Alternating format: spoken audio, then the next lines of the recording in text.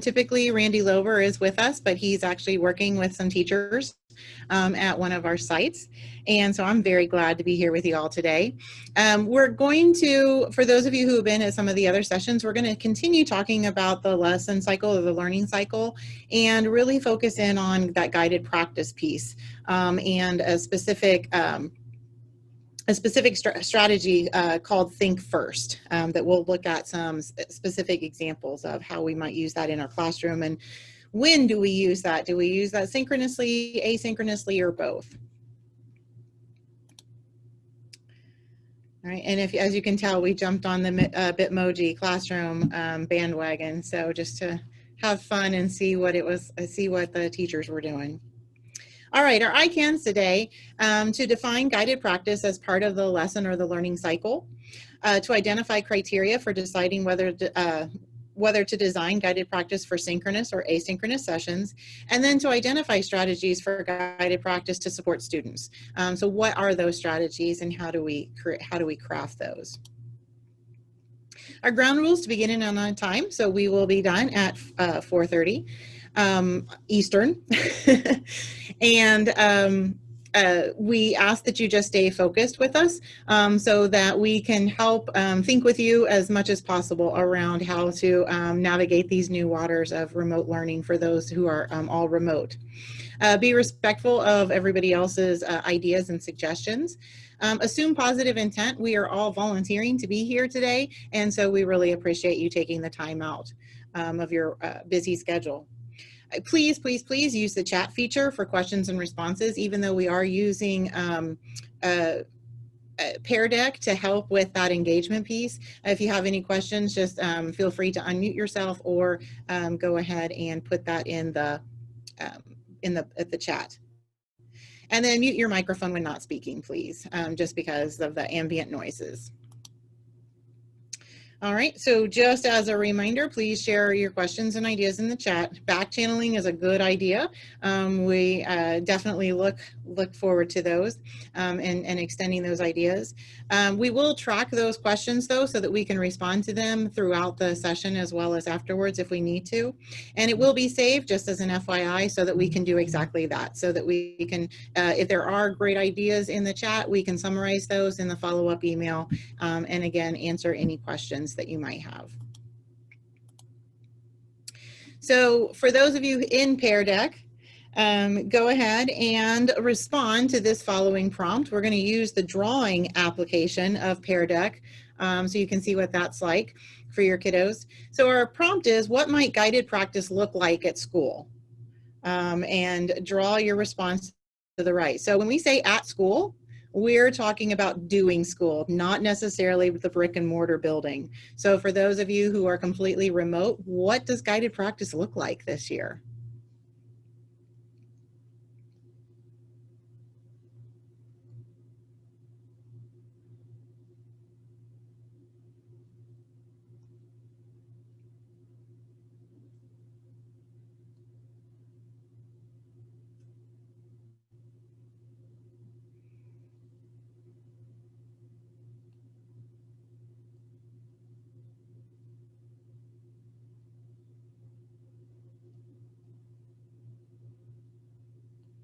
Okay, give you guys a few more minutes.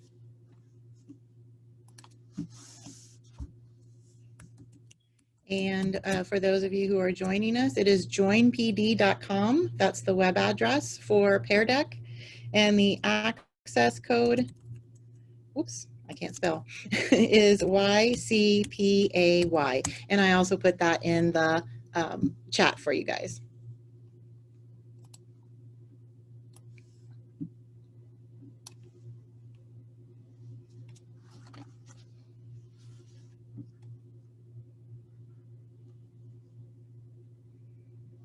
Okay, so I'm going to go ahead and show a couple of the responses here. remember I am, or not remember, but I'm using the my iPad as the dashboard for Pear Deck, so that I can see some of those responses. In the classroom, that allows you to see responses and to select certain ones before you show off all of them. So in case, whether you've got little ones or whether you've got big ones, if you're a little concerned and making sure that you've got that security aspect in terms of being able to verify responses before showing them, before presenting them, that is a great way to do that. Okay. All right, so one of them, I'm just going to highlight one right now. Guided practice will be shown through a document camera. And I was wondering, Nicole, if you minded expanding on that a little bit about what that might look like from your perspective.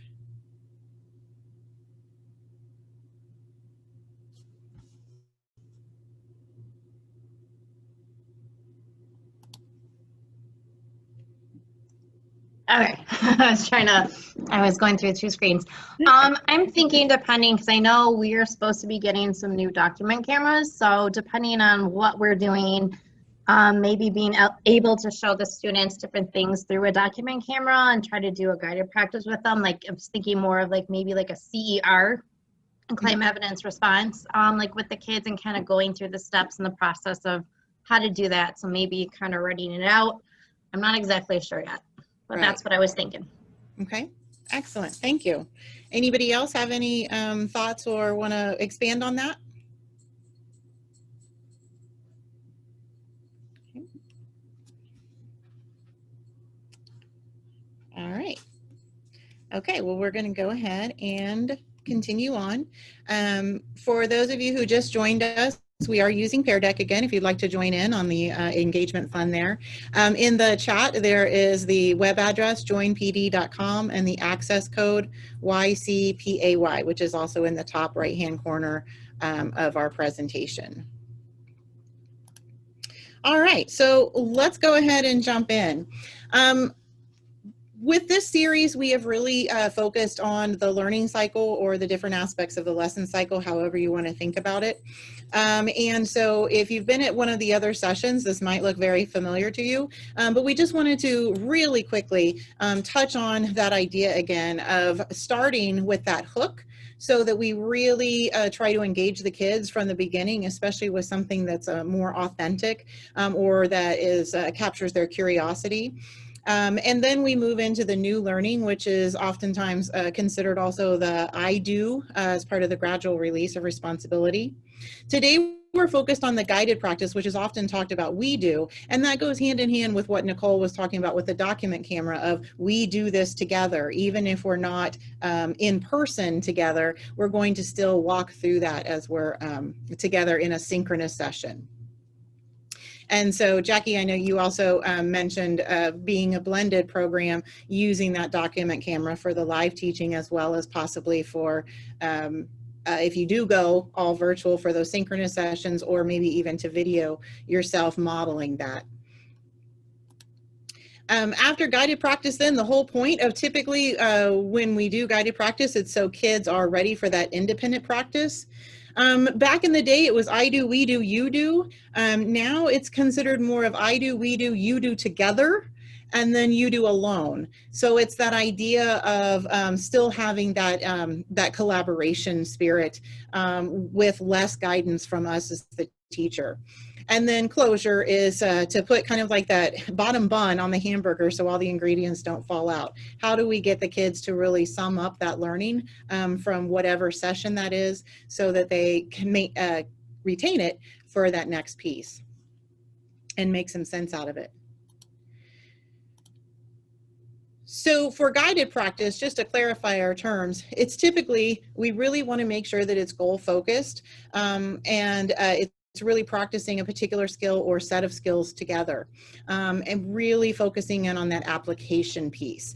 We've taught something and now let's look at it together. What does that mean? How do we actually use that?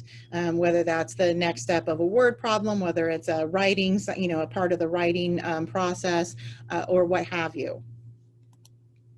It's done under the supervision of an expert, and we are those experts, those educational experts. And so that is a really key piece that we're going to talk about as we look at that thing first of what is our role in that as we're looking at guided practice. And here's part of that role, feedback. Is there feedback through the guided practice that really helps kids prepare for the independence? I know we've all heard that phrase that perfect practice makes perfect. And so this is really critical in terms of we don't see the kids' faces all the times, even in the synchronous sessions. So we don't really have those cues of whether they're with us or not, like we may have had in the past. So we're really, really going to have to focus in on what's the evidence that they're with us and how do we give them that feedback so that there aren't any misconceptions before they leave. So the last thing we want is for them to practice incorrectly. So using Pear Deck again, think about this prompt, if you would please. Thinking about the gradual release of responsibility, what separates we do or that guided practice from you do together, or having kids doing independent practice but in a small group? What separates those two?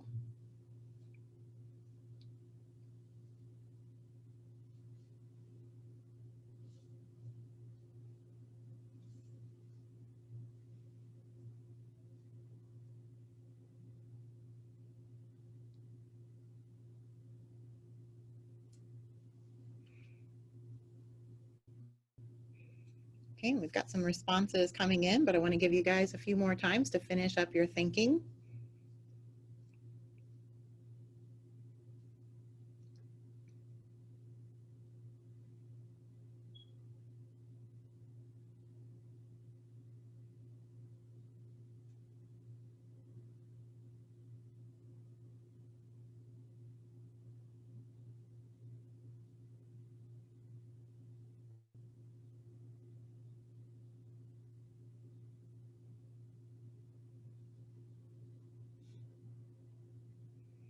Okay, and I'll go ahead and show some of the responses.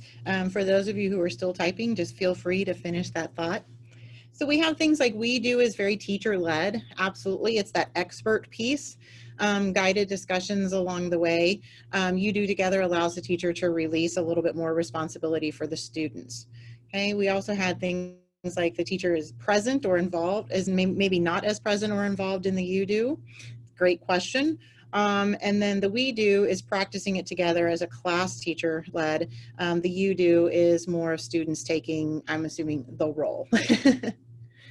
And Jackie had put in the chat, the class works together to reach the goal and checks along the way. What a great way to say that, Jackie, of that idea of working together. We're all in this together to help support each other. Okay. All right, great.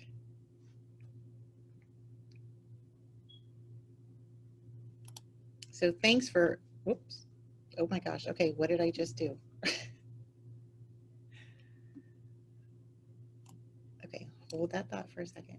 I think I just hit a button. Okay, there we go. Whew, goodness, technology. All right, so decisions. We as educators all the time have to make decisions every single day. And now it's even more critical that we're thinking very specifically about what are those high leverage strategies? What are things that I can use in different ways so that I can really get kids good at using that strategy and not have them so jumbled in terms of having to learn this strategy, then that strategy, then 20 other ones. And so that's really what we want to focus on, is that professional judgment. The other thing, especially for those of you who mentioned that you were blended, or hopefully we all get there if we're not, is that idea of good match, better match. When does this make the most sense if we're blended, or if we're all remote? When does it make most sense to do synchronous versus asynchronous? When we're talking about guided practice, and because it's that expert piece, it is a good match if we're using it asynchronously or that at-home learning. There are sometimes types of practice that really are better facilitated through apps. If they're diagramming a process, we're having them create a mind map. There could be an app for that. They're annotating a text. And so we're able to check in with them asynchronously, but just that idea of they're doing that at home, we're not taking that precious time that we have them face to face. Or designing a product. There are some apps and websites that allow the kids, especially like in science and the other STEM areas, to design certain things on the website. And so that's a great thing for them to practice at home. And again, we'll talk about, so then how do we give them that support when we're not there and able to look over their shoulder? The better match we would suggest is that as we're thinking about that precious time we have, guided practice is a really good time to do that. It's a really good piece to do because it's easiest to support and guide students when we are there. And we can look at those sample problem sets that we might do in mathematics, collaborative discussions, you guys all brought that up, peer revision and editing. So again, helping to support each other in that learning, or hands-on experiences. Again, in our areas where we really want to make sure we have labs or we have manipulatives, how do we do that either when we're in the building together for us that are blended, or when we're synchronously, how do we try to do that with our DocCam, or at least just see how the kids are doing that and helping support them through that piece. So as we think about it then, I'm going to ask you to do some Pear Deck because I want to get your thinking on this again. What are some benefits to facilitating guided practice at school or synchronously? And then what might be some benefits of doing it at home or asynchronously? So I'm going to ask you guys. Our opinion is that it's a really good match for doing it face-to-face, whether that's synchronous or in the building. But what are your thoughts? What are some of those benefits of doing it either synchronously, or if you feel differently, doing it asynchronously?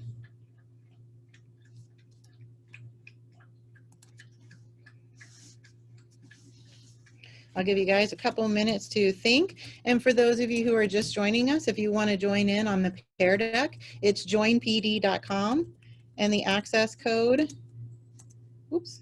is YCPAY, and I put that in the chat as well.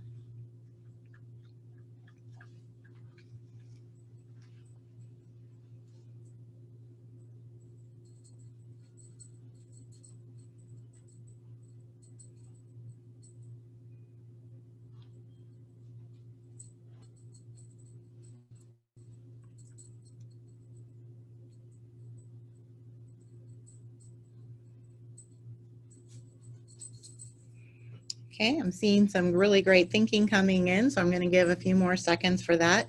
If you aren't able to get on Pear Deck and you'd like to put your thinking in the chat window, please feel free to do that. I appreciate it.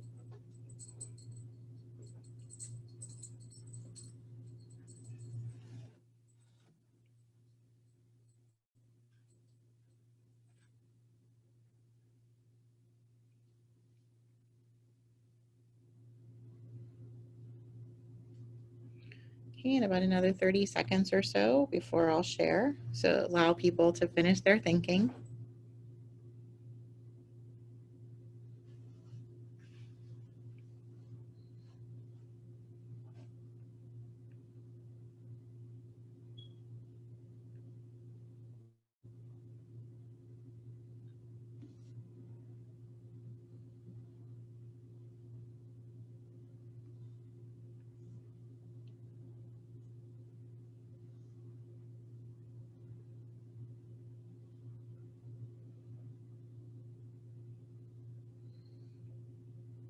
Okay, I'm going to go ahead and show two of them, and I know everybody else is finishing up.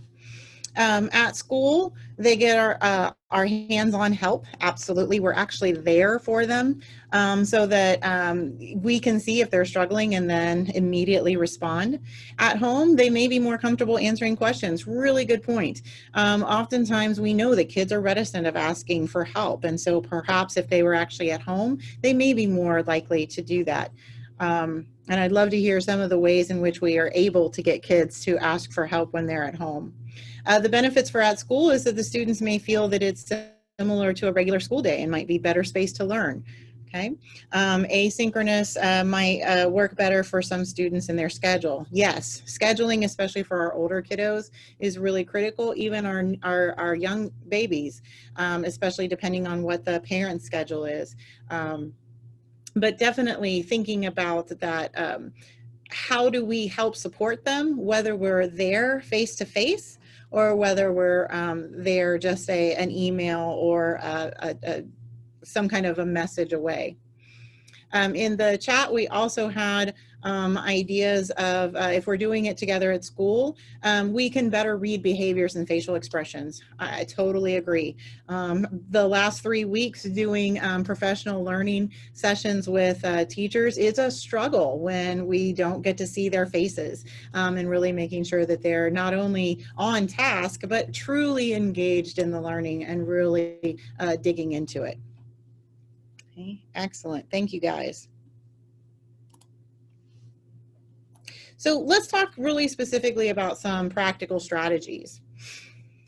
There are 3 that we would say are really helpful as far as the Power 12 that we typically look, which are all high leverage research-based strategies. Think First is one that really helps kids get and generate ideas before they go off to independent work, especially on authentic tasks.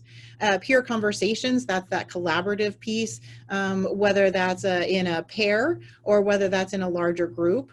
If we're actually in the brick and mortar school, those peer conversations have to be socially distanced. So I'll know a lot of schools are going right back to the pairs, right? I mean, that's really the only way that we can do it and still be and still be safe. And then question, chunk, annotate.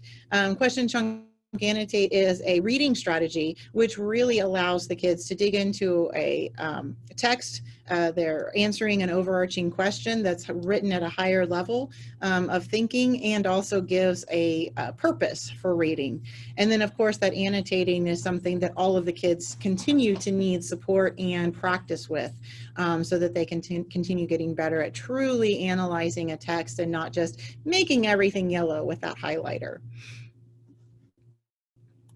Today, we're going to look very specifically at Think First. The reason why we selected Think First is because it is that high leverage that we can use both synchronously and asynchronously. We can use it face-to-face or at home.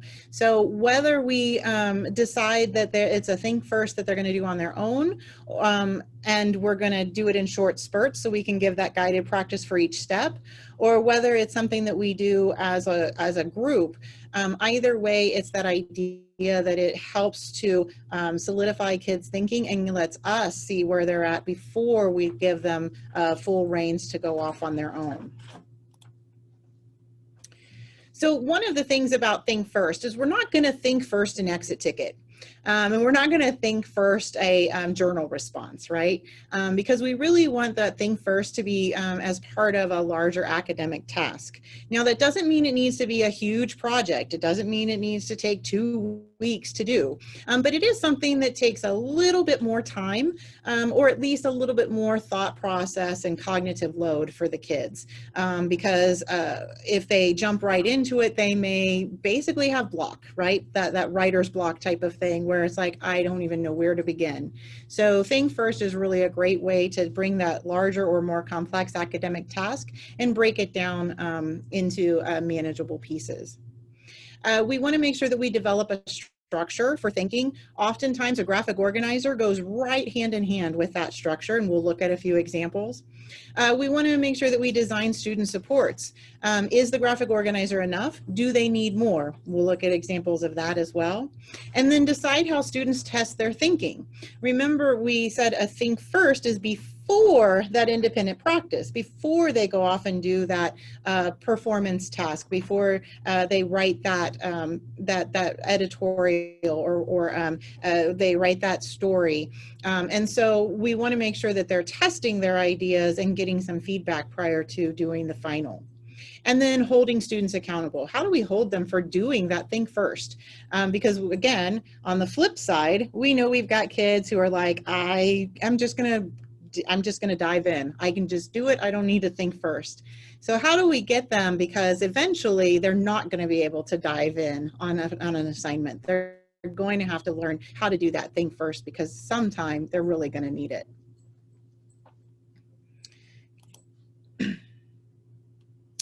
So as we think about those steps, if you will, choose a task.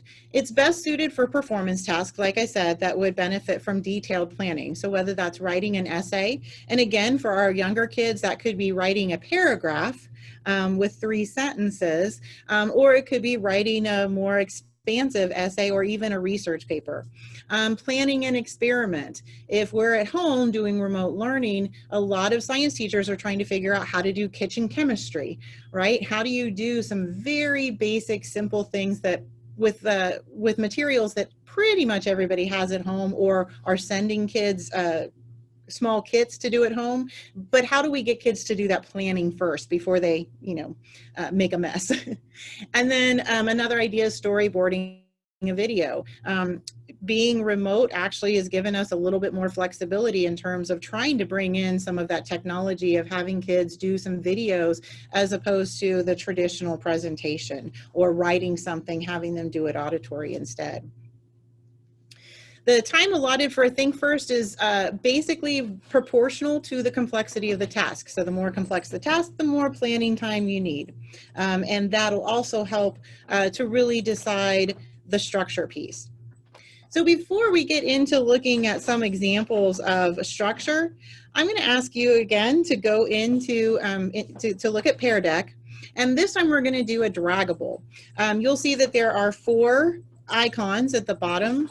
And I'm going to ask you, 1, 2, 3, 4, I'm going to ask you to put your response of which ones of the tool banks do you feel matches the description. So for writing an argumentative essay, do you feel it's 1, the kids could create and label a diagram, 2, respond to a set of guiding questions, 3, complete a graphic organizer, or 4, complete an outline? Go ahead and again, take some time to think about that, move your icons where you feel they make most sense. And we'll talk about it on the flip side here in a second.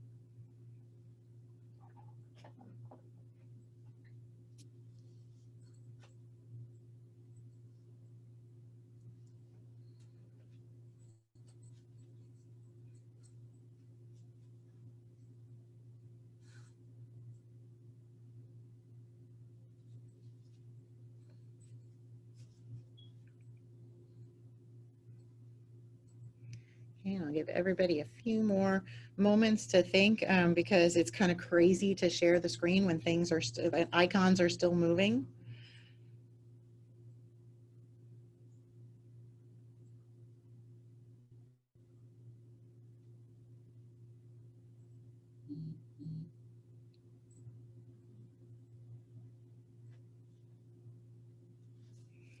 All right.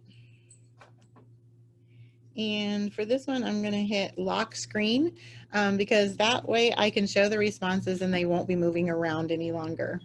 Okay, all right. So as we look at this, writing an argumentative essay, it looks like the majority of us thought that that would either be completing a graphic organizer or an outline. For building a complex machine, it looks like we're all unanimous in consensus for creating and labeling a diagram. Creating an instructional video, we've got some 3s and 4s. And reporting a podcast, we pretty much all decided that responding to a set of guiding questions might make the most sense. The good news is that you're all right. Because there isn't necessarily a best or only way to do it. There could be a better fit in some instances. And that's really around what do we feel the kids need. And sometimes we may even have a couple different ways in which we're structuring the thinking depending on the student. We may have a choice in how they might want to structure that. I know a lot of teachers at the beginning of the school year and they're doing think first, there's this very specific way, but then they try as the year goes on to allow the kids to have more of that voice and choice in terms of what structure they might use as they get more under their belt and in their toolbox. Okay. Awesome. Darn it. Okay. All right, so let's look at a few examples that we might see in our classrooms. These two are very similar. They're just coming from different grade levels. The first is a Think First letter to the editor, where it really is having the kids go step by step by step. And oftentimes, if it's the very first time that they're doing this type of writing, they need that. And again, it really is dependent on what time of year, how much of a review is this, and what do we feel our kids need. They don't have the answers, but they do have a way to really stop and think about each specific part. If just saying write a letter starts to make their hearts palpitate. The second one, the Organize Your Opinion, is an elementary level aspect, but again, it's that same idea. I think I am ready for first grade, and here's my 3 reasons. Very simple and very effective of having the kids see it's okay that I don't know, that I can't just go and write it. I need to think about it and break it down first. Because that's oftentimes why the kids are struggling, is because they just don't know where to start. And so this helps them with that. For oftentimes what we ask the kids to do is pro-con, or as somebody mentioned earlier, the claim evidence reasoning. We might have them do a double bubble planning organizer or something similar where they're looking at the pros and cons. I work with some teachers who do what's called a hot seat debate, and the kids have to be either on the pro and con side, but the think first that they have to do is look at both sides so that they're ready to come back with an argument for whatever the other side may say. A storyboard organizer, if we're asking kids to create something that's more sequential, so whether that might be a timeline, whether it's literally a storyboard, whether it's thinking first before they create a video, or before they write something, they can draw a quick sketch and then have a written summary underneath. That idea of sketch and writing is really helpful for some kids because it helps them visualize whatever that project is that they're about to work on, or whatever that writing is that they're about to do. This one is from a middle school math class. It's a math modeling thing first. It's kind of just 2 concentric circles, very simple again in its design. But the outside is having the kids think about their own way of solving whatever type of problem it is. And then the inside is, okay, so what are the core points and process? Like how would I clearly model for others? This is a thing first before the teacher got the kids to do some peer coaching of other students. What she found was that the kids, even if she asked them to do that, some kids were better at explaining than others. And so she created this thing first to say, all right, y'all, before we actually get together with somebody else, let's think first about how do we explain it? How do we solve it so that we can explain to somebody else? So it worked pretty well for her in that instance, really got the kids to break down their own thinking so that they could share it with others. And again, that is a great example of one that wasn't a big project. It was just something that she wanted to institute in her class, that peer coaching, and she knew that the kids needed some support in thinking, that guided practice before she let them go off to help support each other. These last 2 then that we're going to look at in this section are the mind map is something that we've all heard about, we've all used, that idea of a concept map, some kind of brainstorming tool. It's more open, if you will, where we have the kids start with a big idea and then start breaking it apart and see all the different pieces. For some kids that works great. For others, they might need a little bit different type of organization. In this one, narrowing the writing topic, they put whatever that big idea is at the top, and they start to then pull out and tease apart, kind of like layer by layer, until they get to a more narrow topic that they're going to write about, or that they're going to research, whatever that might be. So just 2 different ways to go about the same basic idea, just depending on what we think the kids might need in terms of that framework. So going to ask you stop and jot. Again, in Pear Deck. This time it's a typed response. What are some upcoming tasks for which a Think First might benefit students, either from your own class or from some of the teachers that you support? And what types of tools might they need to help structure their thinking? What might that graphic organizer look like, or what might those questions look like? So take some time and share some of your thinking so we get some great ideas from each other.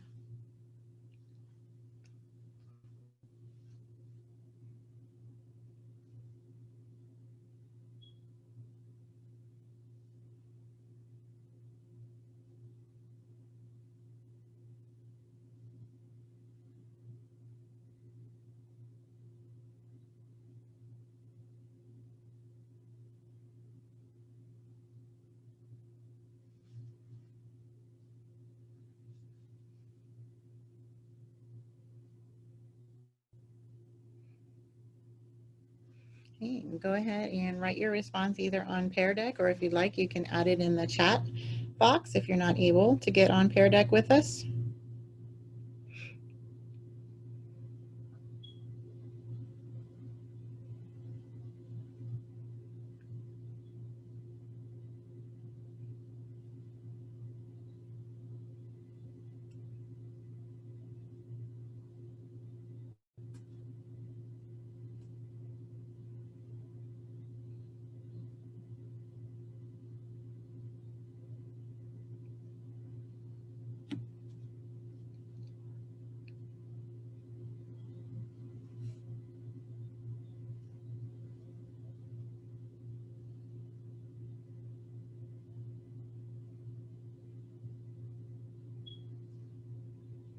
Okay, I'm going to go ahead and show some of the responses, even though I know you guys are still finishing up your thoughts.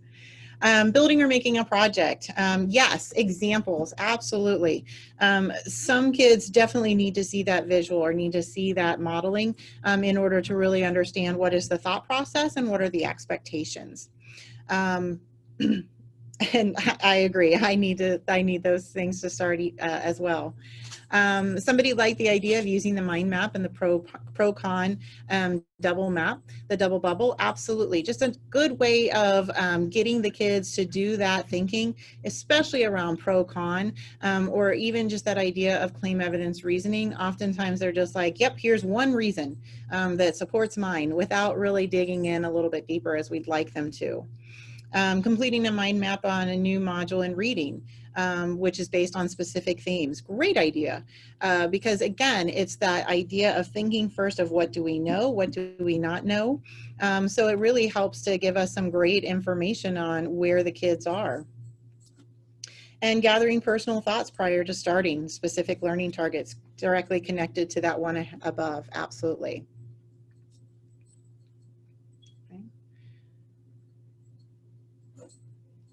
And in the chat, we also have Think First works well because they can help determine the direction that they're going in when they're starting a new story or starting that new unit of study. Fantastic ideas, guys. Absolutely. And the reason why we put it as a guided practice, high leverage piece is that, yes, kids can do it independently. I'm not saying they can't. They typically do. But that idea that we are there to help give them that support, first of all, to model or give them some examples, as somebody pointed out, and to give them feedback before they dig into the deeper piece on their own is exactly why it's guided. So it's not necessarily that we're walking them through and everybody's filling out the same exact thing on their Think First. It's that same, what are we working on? Now, what are your thoughts? What are your thoughts? And sharing with each other and sharing with you. So that, again, we can help clarify any misconceptions. We can push where it needs to be pushed before they ever get to that final independent part.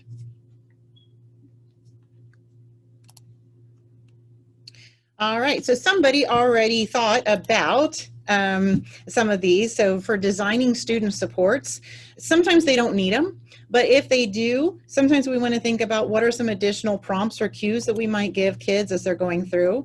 Examples and non-examples, that's what came out.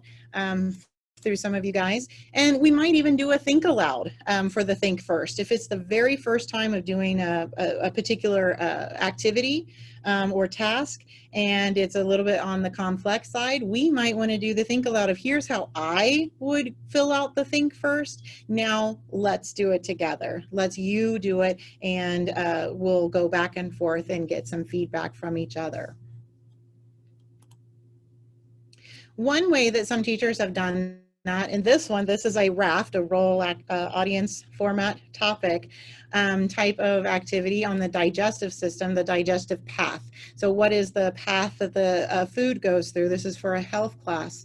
And on this one, what the teacher did is they put all of the expectations in terms of the RAFT activity right there. And here's the thing first. So they don't have to flip a page. They don't have to go someplace else. It's all in one spot. And they also had a rough sketch part, because they wanted to make sure there's that thinking and visualizing ahead of time before we do more writing as well. Okay, so it doesn't necessarily need to be content prompts. It could be the expectation prompts. What is it? So it's all in one place for the kids.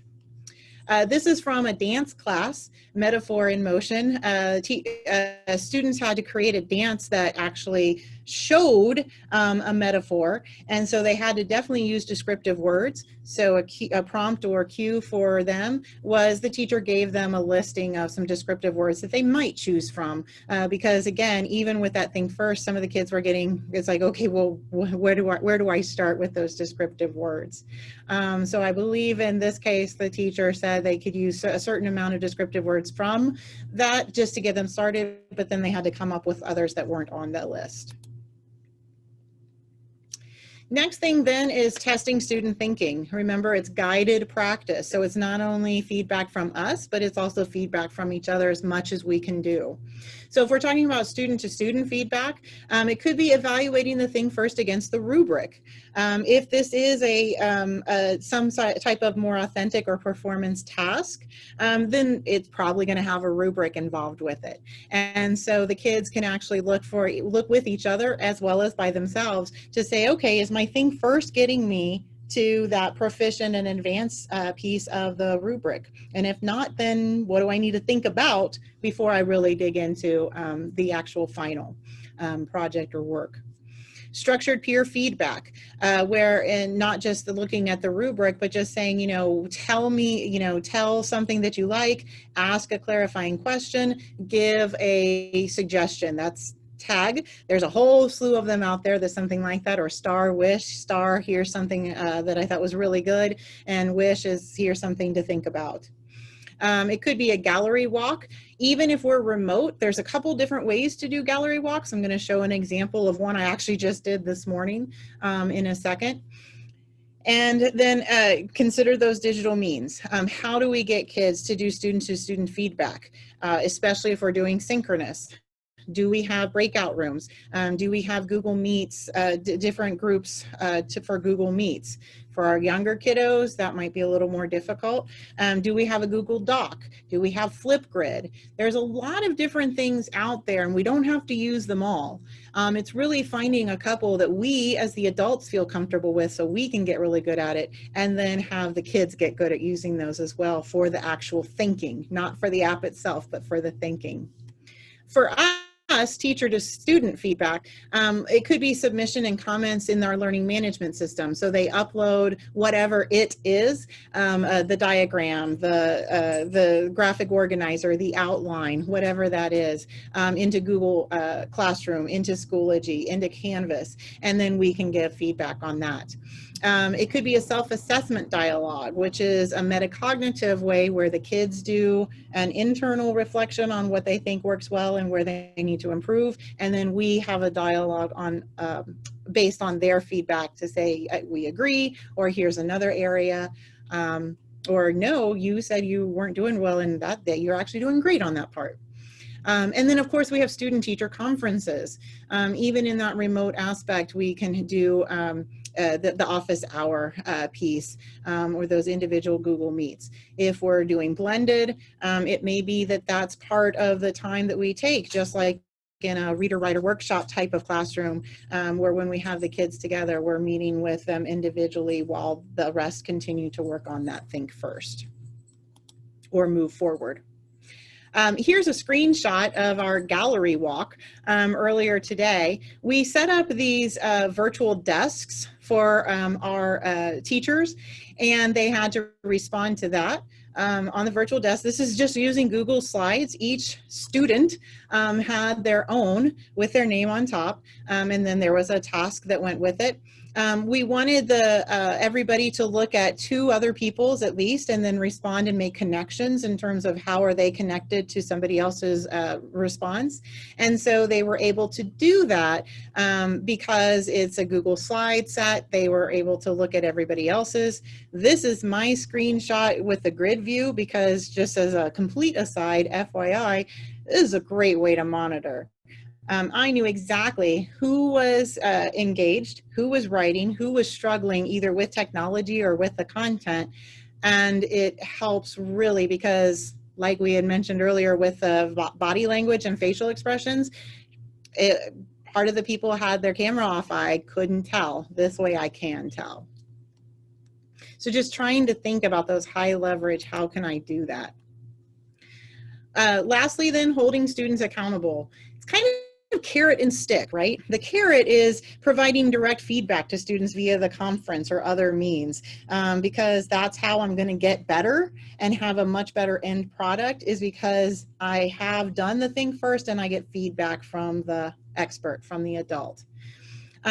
Or another way to do it is you include the thing first as an aspect on the rubric. It's either a part of the entire task or it's a separate grade. Completely up to you. And then what I've seen a lot of actually is teachers saying that it has to be accepted. It's almost like a proposal. The proposal has to be approved by the teacher before they can start working on that final product. It lends itself a little bit of an authenticity to it, as well as really helping the teacher keep track and saying, okay, yes, I have seen yours. I have given you feedback. You are good to go. I don't need to help support you anymore. You are ready for that next step.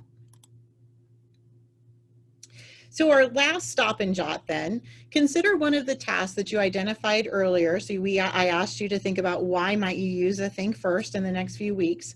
What supports might students need from you and their peers to successfully complete that task?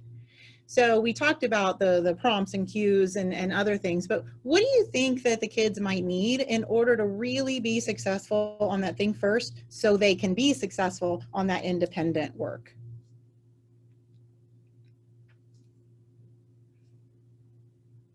Go ahead and take some time. I'm seeing folks on Pear Deck already. And if you're not on Pear Deck, then again, please feel free to add something to the chat.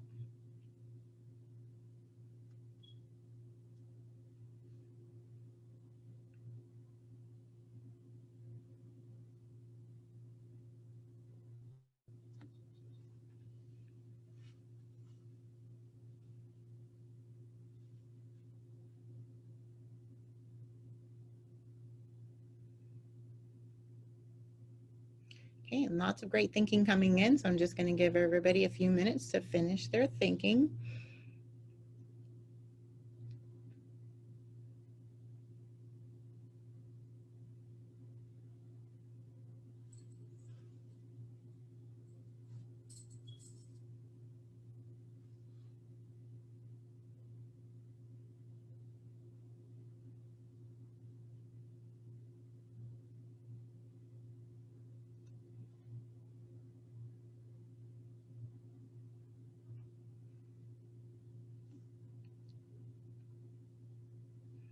Okay, and I'm going to go ahead as you guys are finishing up and show some of these. Modeling of the process of narrowing down a topic. Oh my goodness, yes. Kids, I know from my own experience, both as a teacher and as a parent, wow, kids definitely need help with that. And so a Think First can absolutely help them, whether that's a mind map that we looked at or that upside down pyramid, whatever that is, to help them narrow it down. And so that might be the step one of our Think First. And then it's okay, now that you have it narrowed, now let's think first before you do whatever that is, before you do the research, before you do the writing or get ready for the presentation. With the use of thinking maps, students would need the support from the teacher to use them virtually. Yes. How to use Pear Deck, for example. Absolutely. We don't want the technology to get in the way. The technology is the tool. And so sometimes it's slowing down so we can get through that. And now we can get into the actual content. I know that's really frustrating, but we want to make sure that there's no obstacles, right? That the technology doesn't become the obstacle, but becomes the actual vehicle for the learning. I work with one district that's doing a slow start, which I found really interesting, and that's exactly what they're doing on week one. Week one, they're reaching out to every student that they have.